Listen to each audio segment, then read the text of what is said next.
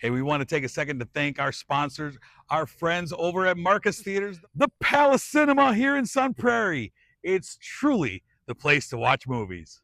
Come in and be greeted by a friendly face when you enter. Come get your tickets. Then make sure to stop by the concession stand to get some delicious refreshments. Here you go. Thank you. Then settle into a dream lounger, sit back, relax, put your feet up, and enjoy the show. Hey, it's Real Reviews.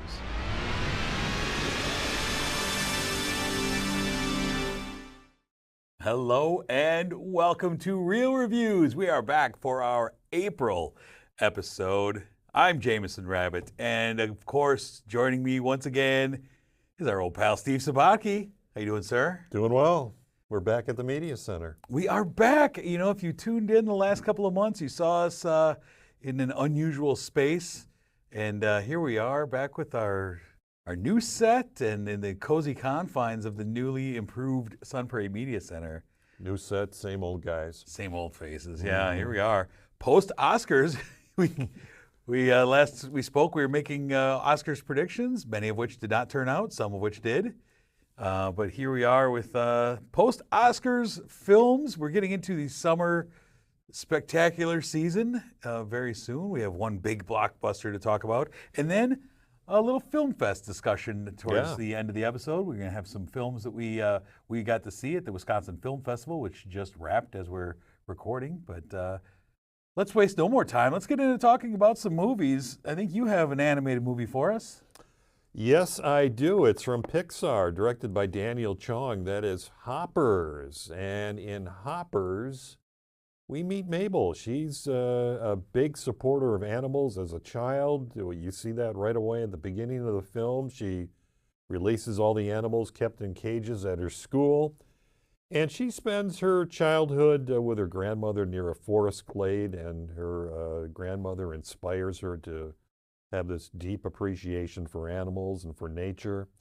And that appreciation continues as an adult as she tries to rally support against this freeway development project that's being pushed by the mayor of the community, Mayor Jerry Generazzo, voiced by John Hamm.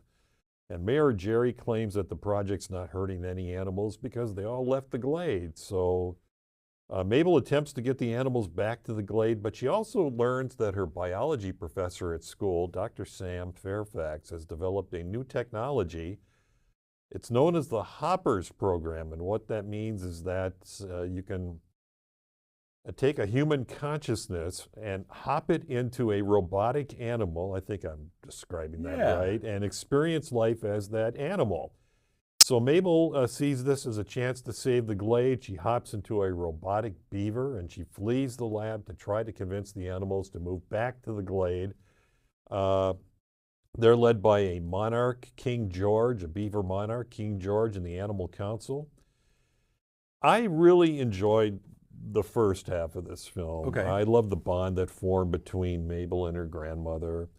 You see scenes of Mabel sitting on this large rock overlooking the glade with her grandmother. That reminded me of the times that I visited my grandparents as a kid. They lived on Beaver Dam Lake. Oh, very fitting. You know, and Pixar does have a knack for bringing those poignant moments in their movies, which can have an impact on adults. Yeah. I also enjoyed Mabel as the robotic beaver, getting to know the animals as she tries to convince them to go back to the glade. I like those interactions. I wanted to see more of that. Mm-hmm. But, you know, then the second half of the film became this over-the-top animated action film. And yeah, I know most, if not all, Pixar movies are kind of like that. That's what they do. I get that, and I also get that 68-year-old guys are not the target demographic. But I don't know. Unfortunately, I lost interest in the second half and started to get a little bored.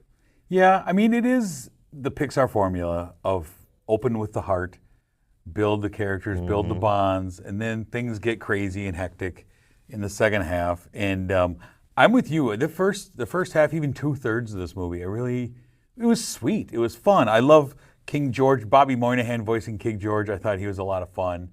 And just all these various animals that she's bonding with. And, you know, they don't know she's not a real beaver, and I liked that. And Yeah, things got off the rails with the Mayor Jerry character in the third act. I mean, it got crazy. Um, yeah, I didn't love that part, but I loved probably the first 2/3 of this movie. I was really invested, and I took my 13-year-old daughter to it. She was really into this movie as well, which is always fun because I've said this many times when I go to these animated movies. Is a lot of times I'm watching it through the eyes of my children too. It'll help me either enjoy or sometimes not enjoy movies a little differently than just me sitting there watching them. And I really enjoyed this. Yeah, the third act I thought was mayhem. It was fine, but it just felt like slapdash thrown together at the end. But the majority of this film I enjoyed, and Pixar has been, for me, really hit or miss lately. Yeah, it has been. I mean, post-pandemic, really, I feel like it's been really, the quality has been not what we've been expecting. But this one I thought was a decent little return to what I used to enjoy about Pixar films. Yeah, I don't think it's in the same league as the Toy Stories No. or my favorite Pixar movie of all time, which is Up. I went to a showing that was sometime after it was released, and there were some families in my showing, and the kids, they weren't real restless, so Sure. I guess that's a good sign that it's a good movie. I thought it was kind of fun to have the animals build a dam to Working for the Weekend by Loverboy. Yeah, the kids love that too. They're all fans of that song. I thought that was, and what I like is that Pixar, unlike other animated motion picture companies, for the most part, they don't load up the movies with the voices of a bunch of big name stars where you're trying to figure out, okay, that's this person, and that's this person, and this person is doing this character. I didn't even know John Hamm was the voice of the mayor until after I saw the credits. Do you not listen to Mercedes ads? He's the voice of everything. Yeah, I didn't know that, and I didn't even know Meryl Streep was one of the voices. She was the voice of the insect queen of the Animal Council. Sure. Yeah. So I didn't know any of that until because I always like to watch credits after these animated movies. Say, oh, I wonder who the voices were. Yeah. All right. Well, what did you end up giving Hoppers, all told? I gave it 3 stars. Okay. I don't think it's upper level Pixar, but it's close.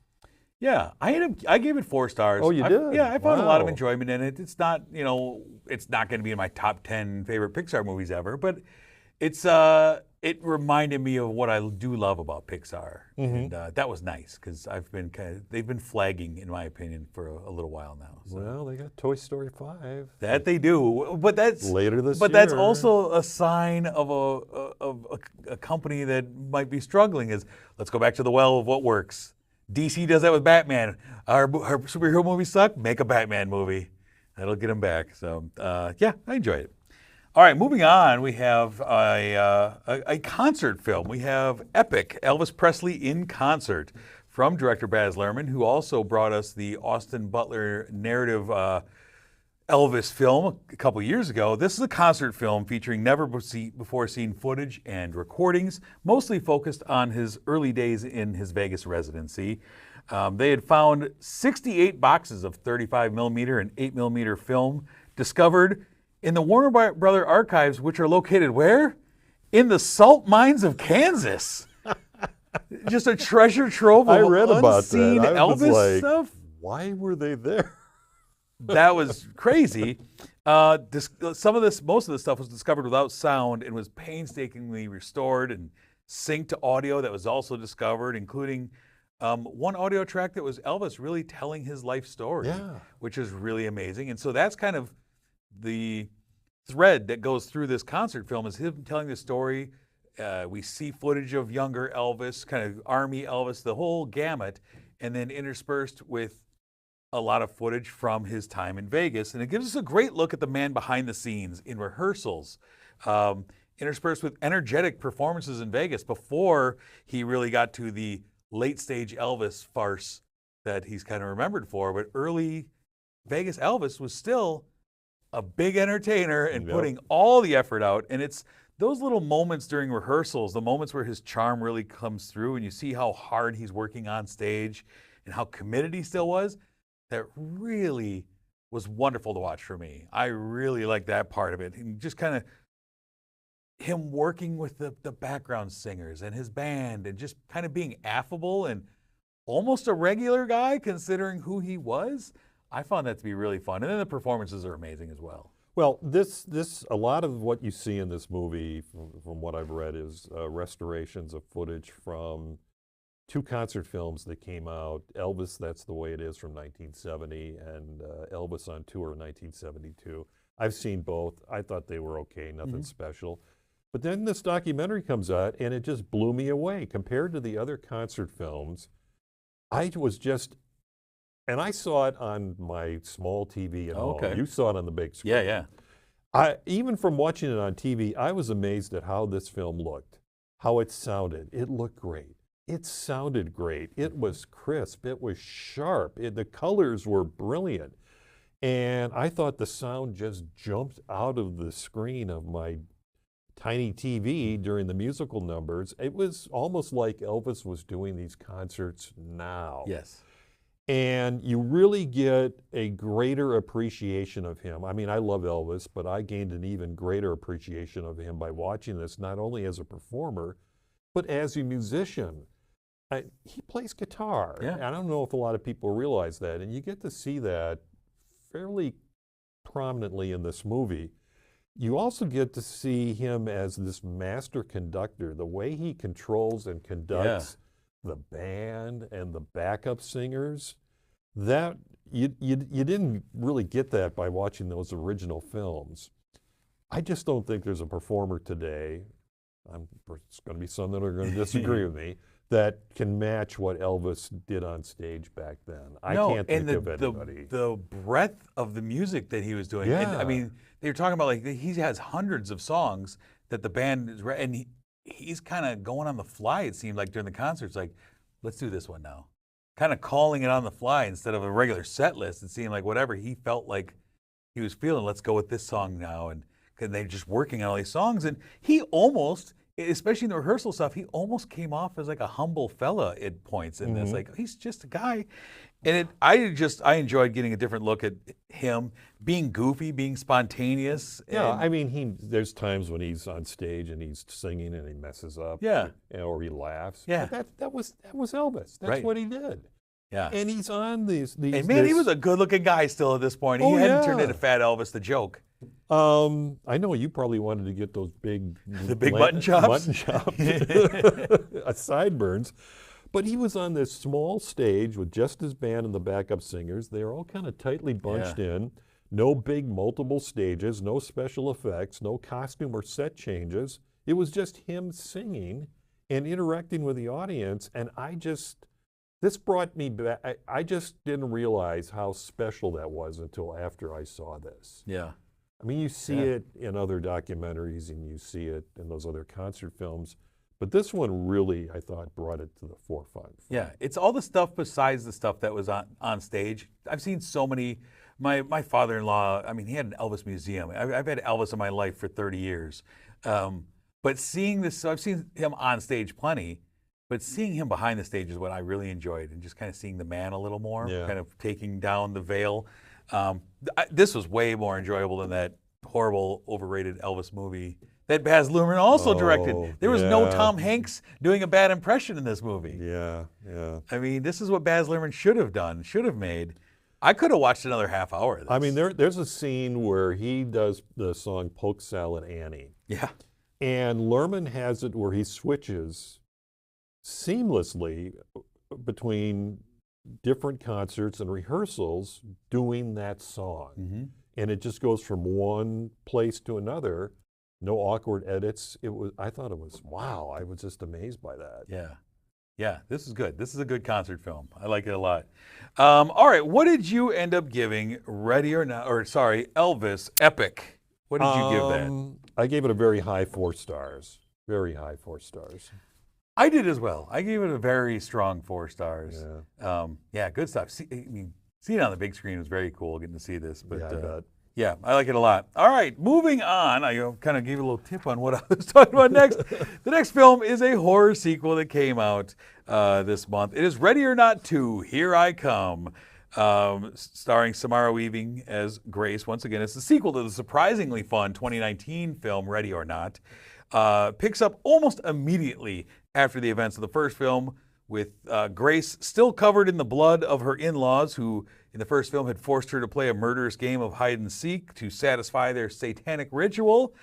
Because of those events and because of the demise of the family, the other 6 elite families that form the council that rule the world are triggered to play a new game for ownership of the ring that offers the wearer unlimited power. Grace is reunited with her estranged younger sister, Faith, who's played by Katherine Newton, Faith and Grace. She is reunited unwillingly, and as the two of them spend 2 hours sorting through a lifetime of sibling rivalry, they are both the new prey in a murderous game of hide and seek on the palatial estate of the Danforth family. The Danforth family is headed by patriarch Chester Danforth, played by David Cronenberg, and he passes away, causing this trigger of events to happen to play this game, and it is all explained by a man called the Lawyer, played by Elijah Wood, who explains that one member from each of these 6 families must participate in this game at a time, and the first to murder Grace will take over the high seat and the ring. And there are specific rules in place, and each family member has their own strange specialty and weapon that they like to use. And so the hunt begins with backstabbing and all the various siblings bickering and lots of satanic rituals. One of the families, the Danforth children that are involved, Ursula and Titus Danforth, are played by Sarah Michelle Gellar, and Sean Hatosi, who you know as one of the surgeons on The Pit. He plays a crazed, he's the guy who's the military doctor who also works in the hospital on The Pit. I enjoy him, but they are a backstabbing pair of siblings, and I found the first film to be campy and fun and good horror. This one was a lot more hit or miss for me. Samara Weaving is kind of our modern scream queen now. She's done a bunch of horror movies, Babysitter, that are really fun slashers. Katherine Newton is kind of a B-level scream queen right now. The two of them are believable as sisters. They look alike. She was kind of inspiring casting. And of course, Sarah Michelle Gellar is obviously in the mix as a former scream queen herself. So that was fun. But this film had some fun, has some real dark humor, especially with the reactions to the gore by Elijah Wood as the lawyer who watches horrific things happen to people. But I think it was the same bickering argument between Faith and Grace for the 4th or 5th time where I really started to lose interest in this film. And it felt like it was an interesting idea for the sequel as opposed to a fully functioning film. And it started to really wear on me as we went along. It's still better than a lot of films of this type. I'm looking at the recent Scream and I Know What You Did Last Summer films that came out in the last year. Yeah, you love those. Yeah, those were terrible. This was better than that. I was just left a tad underwhelmed considering how much I enjoyed the first film and how much I enjoy the folks that are in this film. But it's still better than a lot of slasher horror that we're getting nowadays. And so Ready or Not 2, Here I Come, I gave a lukewarm 3 stars. It'll be streaming soon. You can check it out there. No need to rush to it. Is there going to be a Ready or Not 3? I'm sure there will, because I'm sure these do gangbusters. And then, Great. Yep, and you're going to review that one. Moving on to the big movie of the month. What do we have? I've got Project Hail Mary, directed by Phil Lord and Christopher Miller, starring Ryan Gosling. My guy is Ryland Grace. He's a middle school science teacher and former molecular biologist. And he is recruited by a government agent, Eva Stratt, played by Sandra Huller. She's the head of an international team that has to stop a microorganism, which is called astrophage.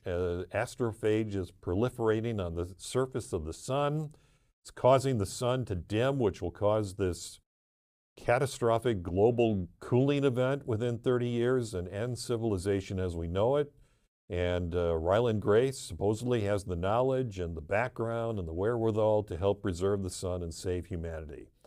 So the movie starts with Grace awakening from an induced coma. He's on a spaceship. He realizes he's the sole survivor of a 3-person crew. He's light years away from Earth, and he's on this mission now to stop this organism. And along the way, he meets and is befriended by an alien from a planet who's also endangered by the astrophage, and that alien is named by Grace as Rocky because he looks like a rock, he's got arms and legs, and the two of them form a bond and they work together to save their respective planets. Now, does it sound a little corny? Yeah, it does, but you know, for me, it worked, and for me, this is the first great movie of 2026. I love this from start to finish. It's almost 2.5 hours long. I was never bored. It's really a very effective mix of science fiction, science, and humor, and humanity, and heart. And without saying why, and everybody knows by watching the show, I'm a crier at movies. Yeah, I've heard. Without saying why, this is the most that I have cried at a movie in a long time. Oh, it really got to me. Yeah? All right. Apparently not you. You love your Gosling. This is one of those films where anticipation and excitement for a film actually delivered. Okay. This is one you of were those. scaring me Yeah, for a minute. this film I was I highly anticipating because of everything that went into it. Andy Weir's book is great. I mean, it's Gosling. It's everything. Have you read the book? Yeah, Oh, you did? I've listened to the book. Is that what I was Okay. reading? And this is one of those films that it delivered. They took some liberties with the book. Great. They were fine. They worked. And it's one of those films that it seems like everyone I talk to agrees on, this is a really good movie. This is a great movie. Gosling is so great at playing the kind of buffoonish regular guy that's kind of hallmarked his career. Well, he's the reluctant hero. Right. Yeah. And he's great at that. He's cowardly throughout. Even as he's being brave, he's cowardly. And he's just a regular guy, and he has the comedic chops to pull off that as the guy who's accidentally good at something and it gets him involved in something he didn't want to do. He's great at pulling off the heartfelt scenes. He's talking to a pile of rocks, and we're reacting to it like, yeah. oh man, I can't. This film was packed with heart. Sandra Hüller, who I love, she was in Anatomy of a Fall a couple years ago. She was great in that. She's great in this because she has a very stoic performance, but she's got a mission, and she also has hints in that performance of desperation, of fear, of urgency, of encouragement in the right doses without being too much in any direction, because she's the guiding force of this narrative. She was great, and it's this relationship between Ryland and Rocky that will have you crying, and it had me running home to hug my dog. You know, like, Me buddy, too. I'm here, man. I'll always be Dog's here going, for you. what are you doing? And it's just a gorgeous film. Oh, it looks great. Yeah, it took me on an emotional journey, and I got thinking about it afterwards, about like, what was it that made it work for me so much? Because the way they communicate shouldn't work for emotional impact or even comedic impact in this movie, because it's just you're translating clicks and clacks into a computer screen. That When Rocky's communicating with Ryland, right? Yeah. I mean, that shouldn't translate into being emotional. It does, though. Because you're reading it off of a computer screen. But it totally works. I mean, does it get a little nerdy with the science at times? It does. It dragged a teeny tiny bit in the middle. I'll mention there's one scene involving Sandra Hüller's character and the Harry Styles song, Sign of the Times. I loved it. I love that. I don't listen to Harry Oh, Styles. I love that moment. But I after was that singing that movie song for was days. done, I went and found that song and I listened to it. And it's perfect for the movie, right? It is. Yeah. I've listened to it several times now. It's a great Attaboy. song. So It is a great And I guess Rocky, that's not CGI. That was an actual puppet. Yeah, yeah. They had like a 5-man team. That's great. I'm glad they did it that way, because that might help with the connection, a practical effect. And I thought the ending was great. I loved the ending. And the ending, that's one of the changes they made from the book, and it worked out really well. Oh, I was liked it? Yeah, yeah. Okay. Yeah. All right. Enjoyable stuff. All right. I think we both have some glowing scores for this. What did you give Project Hail Mary? It's almost a 5. It's a high 4.5. Yeah. It's very, very close. I may change in my mind. Who knows? It's too early in the year for me to be giving out 5, so I give it a 4.5 as well. Okay. It is the only movie that I can truly recommend so far this year since the Oscar films. Yes, this I feel confident you will enjoy no matter who you are, because it's just a well-done movie. All right, let's move over to a streaming film that we saw. It is a film from director Ben David Grabinski. It's called Mike and Nick and Alice. Stars James Marsden as Quick Draw Mike. It's a bit of a sci-fi crime comedy. Mike is a hired gun for the local underground boss, Sosa, played by Keith David. Love him. But Quick Draw Mike has lost his willingness to kill, and he's looking to leave the organization. He's also having an affair with Alice. She's in the title of the movie, played by Isa Gonzalez. She is the wife of Nick. Nick is played wonderfully there by Vince Vaughn. He's a loan shark and a trusted confidant of Big Boss Sosa. Sosa, he's throwing a huge party for his son, Jimmy Boy, played by Jimmy Tatro. As Jimmy Boy is just being released from prison, it's time for a big party to celebrate, but they smell a rat somewhere in the organization, and it's Nick's job to find that rat so they can get rid of it. So he enlists the help of Mike for one last job, to kidnap and chloroform a man that they have identified as who could be the rat. But when Mike goes in to grab this guy, he soon realizes this guy looks exactly like Nick. And we discover very early on this is a time travel film. And Nick has come back from the future to try and fix how things went down between past him and Mike and Alice. And so as this bit of craziness ensues and everyone in the foursome tries to wrap their brains around this and figure out who could be trusted, Sosa and his hothead son have sent a cannibalistic assassin, the Baron, played by Dolph Lundgren, to eliminate them all. And there's a bunch of fun characters in here being over the top as this titular crew is running and trying to figure out how they can get out of the spot, what to do with future Nick and past Nick, since the time machine itself had a catastrophic issue somewhere. And this looked like this was going to be a really blah streaming movie to me. And I'll tell you what, I enjoyed it, and it's mostly because of Vince Vaughn. I'm a huge Vince Vaughn fan. He's had ups and downs in his career recently, but when he's allowed to be himself, I think he's a lot of fun. And I think he brings up weak movies into enjoyable territory just by being his quick talking himself, and getting double Vince Vaughn here worked. And it helps offset the bland James Marsden, in my opinion. I've never found James Marsden to be charismatic or charming or anything. And I thought Vince Vaughn and his wisecracking self helped pull this out from being another blah streaming film. Well, I mean, I thought the time machine, time travel concept was a pretty unique approach for this type of a movie, a mobster movie, and I thought it worked for the first half of the film. Mm-hmm. There were times when I was getting confused between who's present Nick and who's future Nick. They didn't do a whole lot to delineate it. No, and then when it got to the second half of the movie, it was as if the Mr. Grabinski, who directed and wrote the movie, he just kind of gave up on the concept. Let's just make it an action movie. Got lazy, turned the rest of the story into your standard violent mob shoot 'em up. It got kind of silly. A plainclothes cop, I think, sneaks into one of the parties and plants weapons and bombs all over the place, and nobody pays attention to it.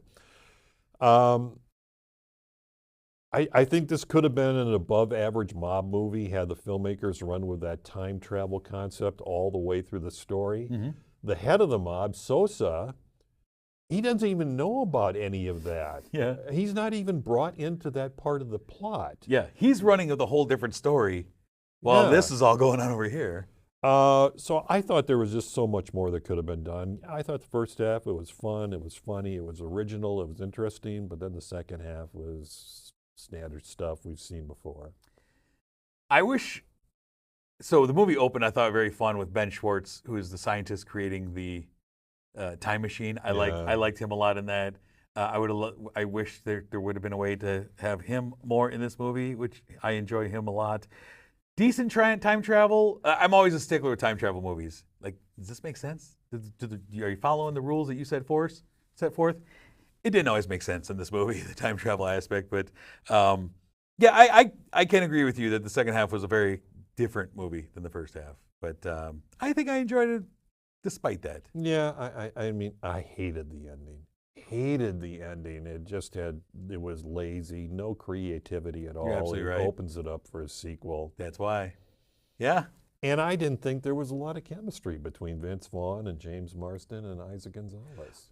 I didn't think there was any chemistry at all with Isaac Gonzalez and anyone else in the movie. Well, She was not given anything to do. Yeah, and I didn't really believe that her and Vince Vaughn were a couple. Yeah. There was 3 people in this crew that were all supposed to be have a relationship with her. I didn't believe any of them. Yeah. All right. What did you end up giving Mike and Nick and Alice? I think I'm being a little generous here. I gave him 2.5 stars. I think Average. I enjoyed it a little more than you. I'm a Vince Vaughn fan. I gave it. What did I give it? 3.5 stars. Whoa. There you go. Replace James Marsden with Ryan Gosling. Where are we getting it now? Yeah, Now we're talking. That's much better. Much better. All I right. like Vince Vaughn, but All right. Now, we talked about at the beginning of the show that the Wisconsin Film Festival was this week. We just wrapped up. Steve and I both worked at the Wisconsin Film Festival, helping folks see movies, put on movies, clean theaters, do all the fun things that are involved with showing a ton of movies. And we each got to see some movies even at the Film Fest. And so I'm going to start with one that I saw. It was our opening night film. From director Maud Apatow. You know her. She's the daughter of Judd Apatow and the daughter of Leslie Mann. That comes into play here because Leslie Mann stars in this as Liz. Liz is a middle-aged woman facing that classic midlife identity crisis. Her husband, James, played by Method Man, has uprooted the family, and her and their high school daughter, Dora, played by Nico Parker, they've moved to a new city as he takes on a professor job. Liz is a former therapist who is in need of something new in her life. I don't know what that poster is. Needs something new in her life. She takes on a job of auditing a college poetry class at the same university that James teaches at. But in doing so, she finds herself associating with 2 guys, 2 best friends, Ari and Sam, played by Cooper Hoffman and Andrew Barth Feldman. They're in her class, and they are both a bit infatuated by this older woman who laughs at their jokes and doesn't see them as social outcasts that everyone else does. And she enjoys these 20-year-olds thinking that she's cool and wants to hang out with her, and it makes her feel cool and young. Conversely, her daughter Dora is a senior in high school, being brought to this high school senior year. She's desperately trying to fit in with a new crowd at a new school and really wants to be seen as cool and older amongst these new friends. And the odd commonality between mom and daughter is they both use smoking cigarettes as a way to do this. Liz is like, if I smoke, I'm going to seem cool and young. And Dora's like, all the kids that are older smoke, so I'm going to look cooler and older. Kind of interesting to me. But as the lines get blurred between this married mother who's an auditor in the classroom and the students she's now befriended, wacky mishaps occur, and there's some cringe moments where Mom Liz starts feeling like she truly fits in hanging out with teenagers and embarrasses her daughter around her friends. And there's also some hilarious moments with Ari and Sam. Their strained friend dynamic is the best part of this whole movie, even when it starts to feel a little over the edge silly. Here's the issue with this movie, though, is it felt like recycled material from a Judd Apatow movie that I've already seen a couple other times. okay. Maud was very much channeling her dad, and it felt like a watered-down version of something that he's already done, especially with having Leslie. I've seen Leslie Mann play this character multiple times, of like the, oh man, I'm getting old and I don't want to character. This is 40 and anything her else. and This Is 40, yeah. She played that character in this. Yeah. And the culmination of the story was really lackluster. Nothing in this film really felt true to me. There's lots of gags, but just too little heart to it and no real nuance. And it just felt really uneven throughout the movie. But I can see Judd's influence in this. And it felt more like a first draft of one of his films than a memorable film to me. But I will say, Cooper Hoffman was great in this.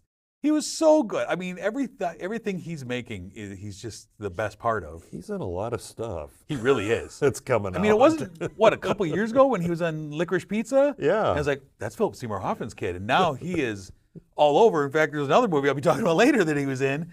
But he was by far the best part. And, we see this at the Film Fest. It's a packed crowd. A comedy. Everyone's laughing. A little over-laughing, I think. But it's enjoyable enough, but I ended up giving Poetic License 3 stars. It was fine. But yeah, it felt like a watered down Judd Apatow film. Is this something that's going to be coming out on a wider release? I don't know if it's going to be like a huge theater release or more of a Okay. streaming release. I haven't really seen anything on that, but I think it would be a smaller theatrical release. This doesn't Okay. feel like a big comedy. You know, when the big star is Leslie Mann, I don't think it's a massive comedy. But Does she have a future as a director? Maude? I think so. I think Okay. whether she's good at it or not, I think she has a future as a director, whether you like it or not. You know, nepotism rules. All right. Speaking of film fest movies, you saw one that I heard about. What did you see?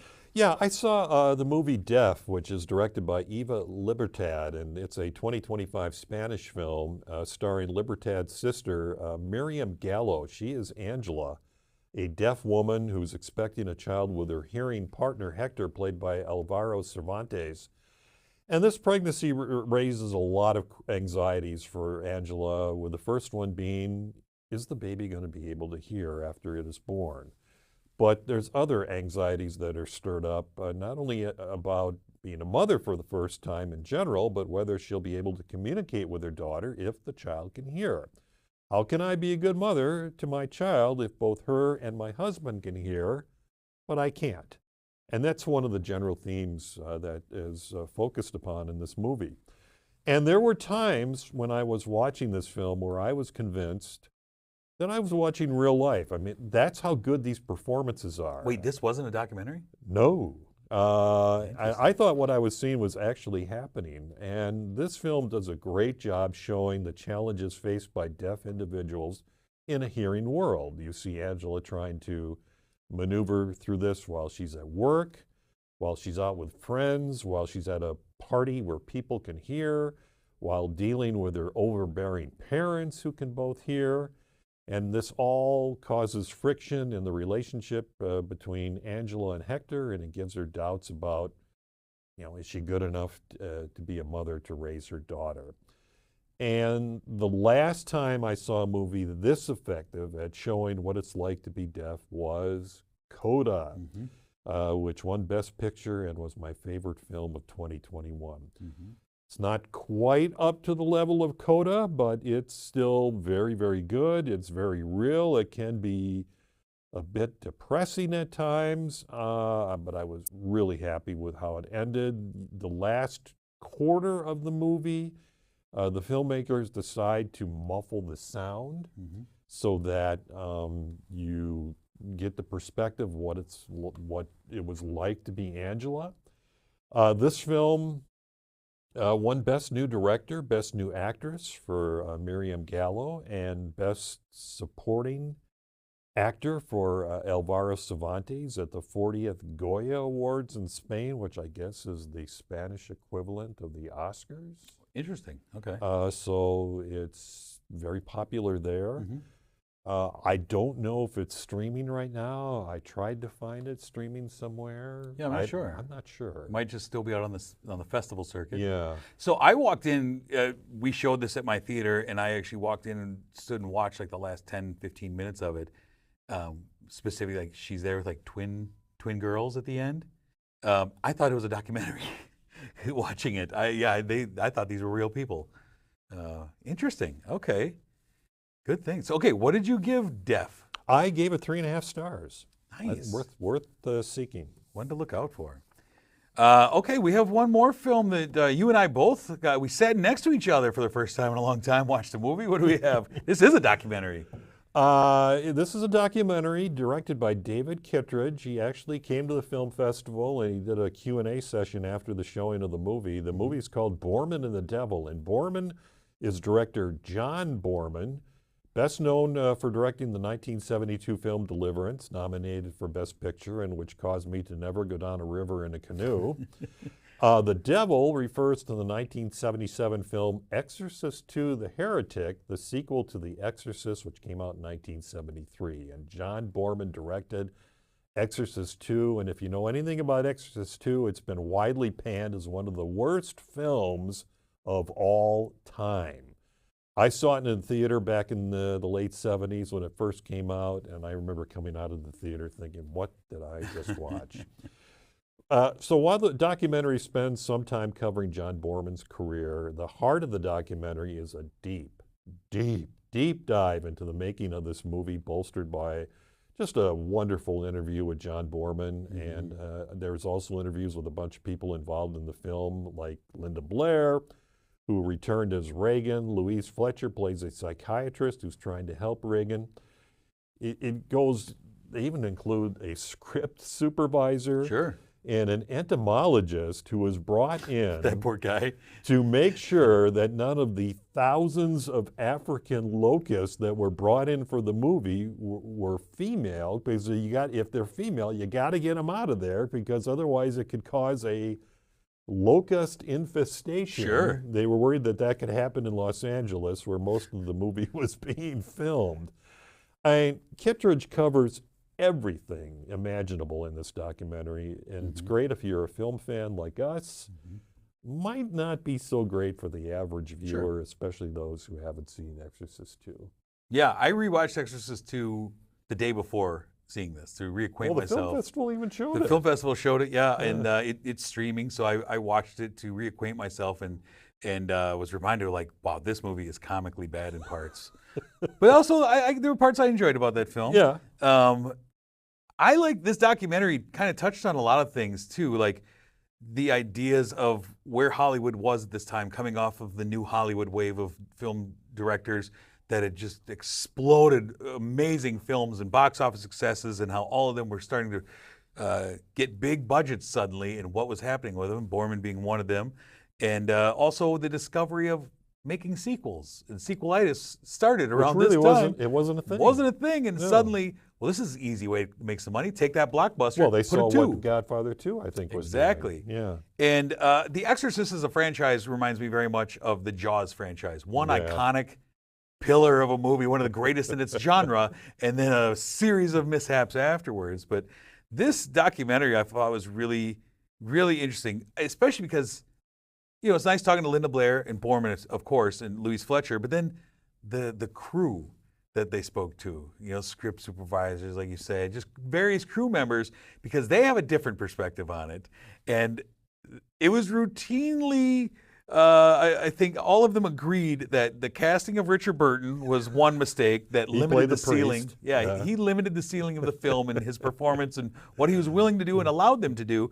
And also that writer Rospo Pallenberg was the big culprit about why this thing stunk, and every one of them seemed to really hate Rospo, except for John Borman, who was buddies with him, and he's his only champion. Yeah, but they interviewed Rospo, and He was a jerk. yeah, he didn't seem to think it He was was like, his I think problem. it's fine, whatever.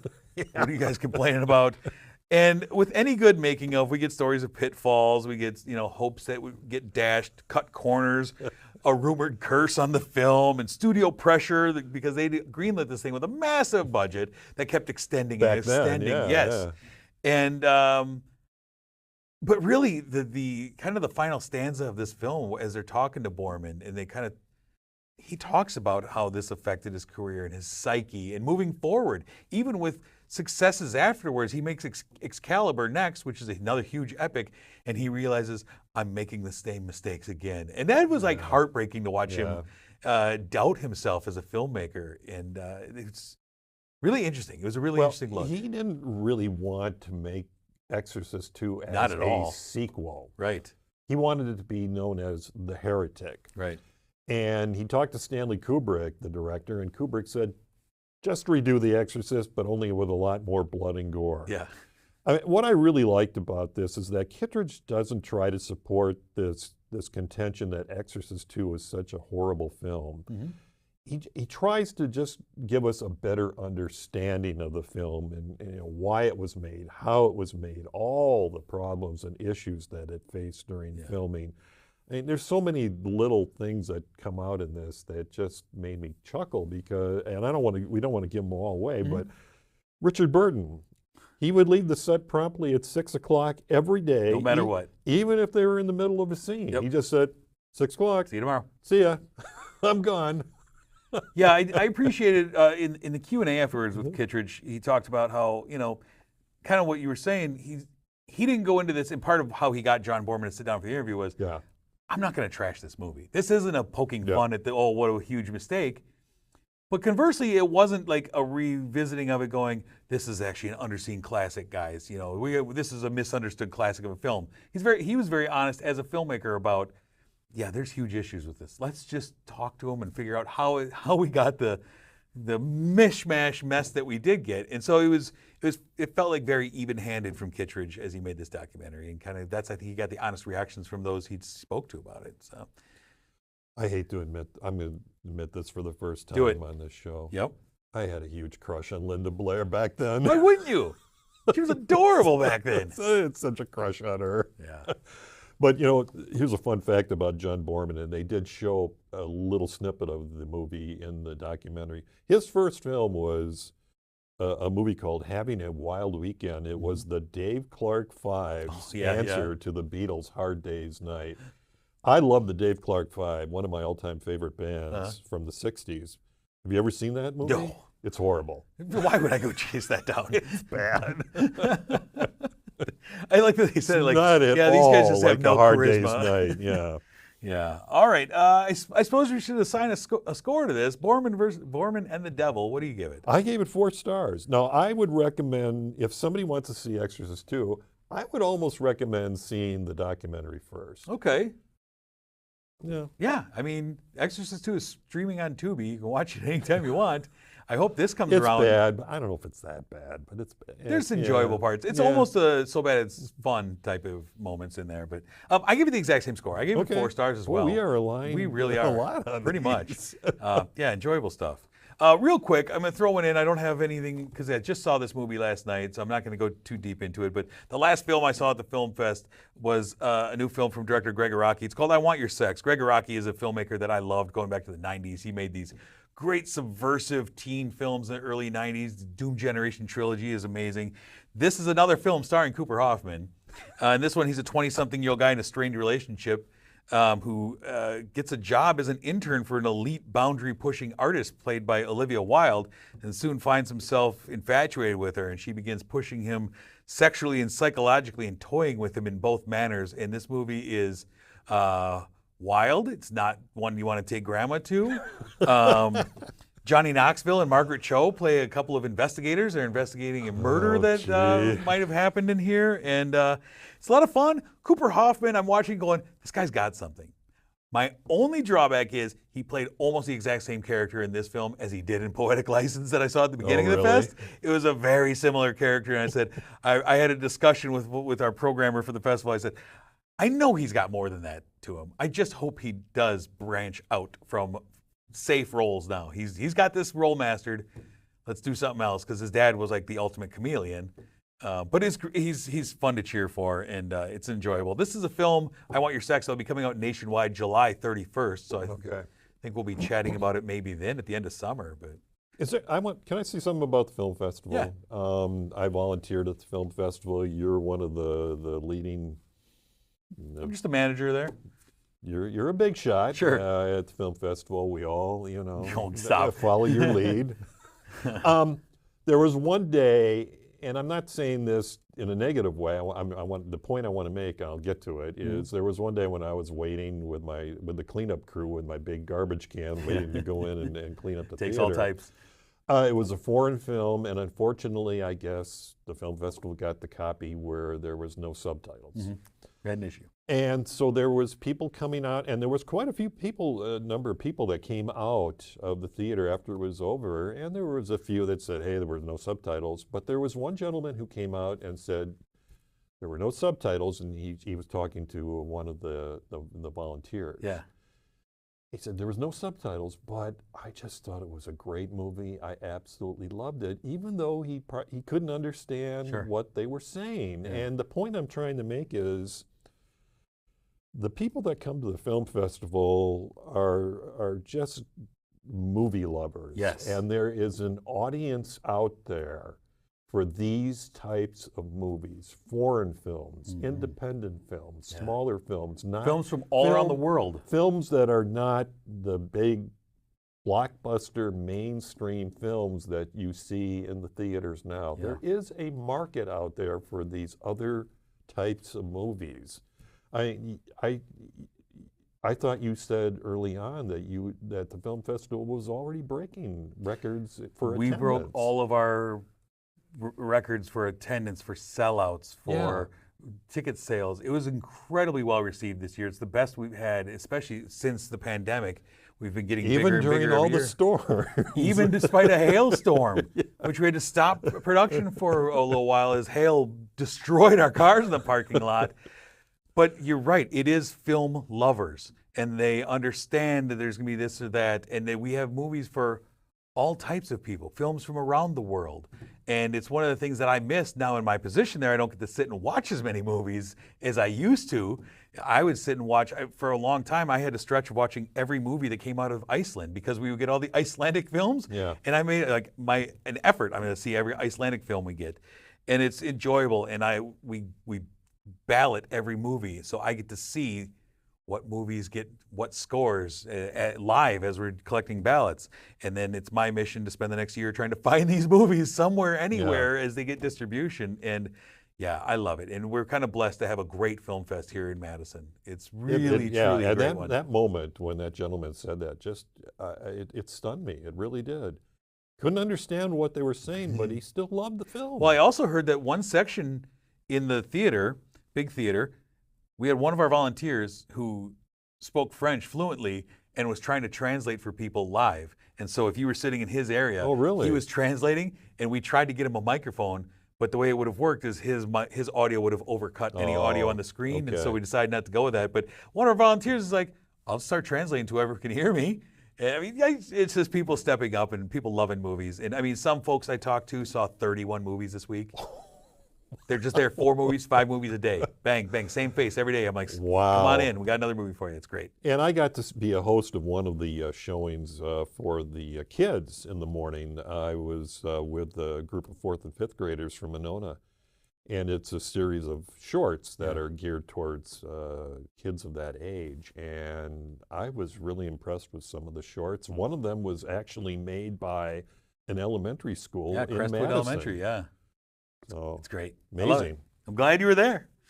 All right, real quickly, next month we're going to be coming back to, we're going to be talking about such fun films as Lee Cronin's The Mummy, Normal, a film that also showed at the Film Fest, Bob Odenkirk's new film that just came out, Michael, the Michael Jackson music biopic, I'm nervous, Mother Mary, the musical thriller starring Anne Hathaway, In the Gray, the new Guy Ritchie heist film with Jake Gyllenhaal, Henry Cavill, Isa Gonzalez, Sheep Detectives, the family-friendly whodunit with Hugh Jackman and a bunch of famous actors voicing sheep.